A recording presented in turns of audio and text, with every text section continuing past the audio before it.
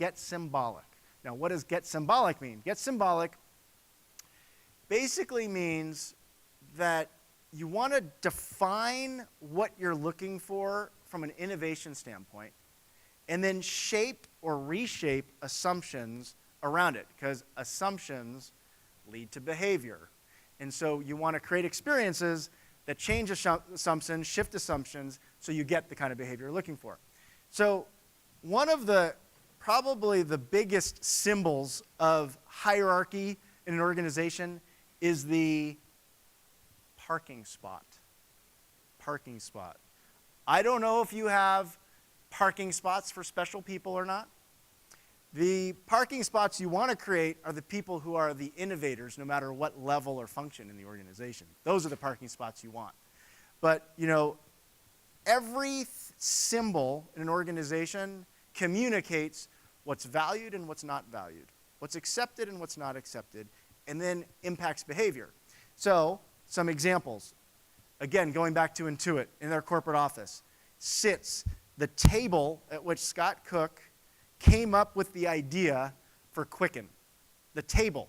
And on the table is a plaque that basically says, we want every employee to be freely use this table for your brainstorming sessions. And around that table are whiteboards that anyone can use, sit down at the original innovation table and come up with ideas and work as a team. That's a symbol, that's a request for innovation.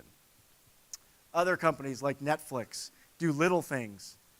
They name their offices, or not their offices, Netflix names their meeting rooms after blockbuster movies to kind of keep the theme, you know, that they're in the blockbuster business. Not exactly, they killed Blockbuster, but they're in the business of, you know, kind of entertainment. Anybody know who this is?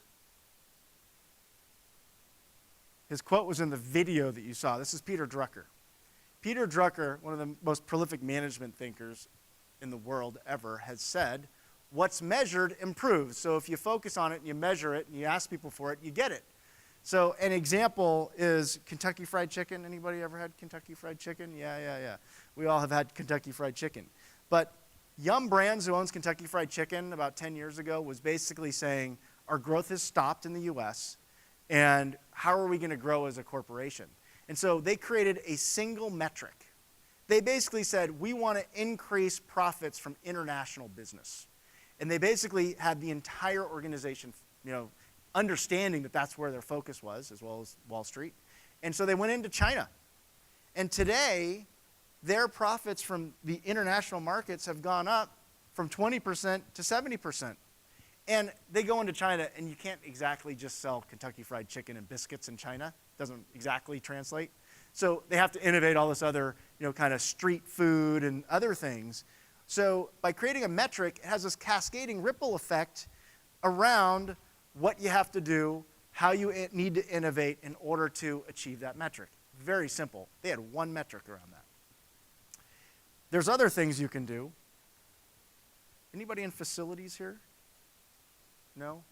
So I've done a little work with this the Facilities Management Association, and some of their organizations have set up metrics around efficiency. And by essentially innovating the vacuum cleaner, literally, I was told by having someone wear a vacuum cleaner on their back, they get 30% more efficiency in the speed at which they can clean a building. That's innovation. It still is innovation.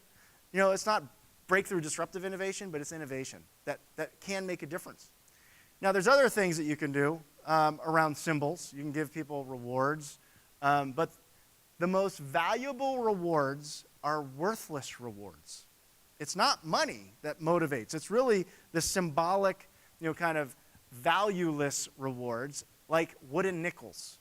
So I had an opportunity to work with Colgate-Palmolive. They have 1,000 people in their technology group in Piscataway, New Jersey. And a couple engineers, managers, they were kind of,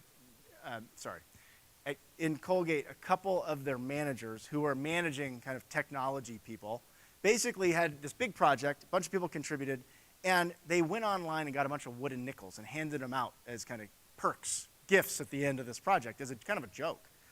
Well, those people took their wooden nickels, and when other people would contribute to their projects, they gave them some of the wooden nickels.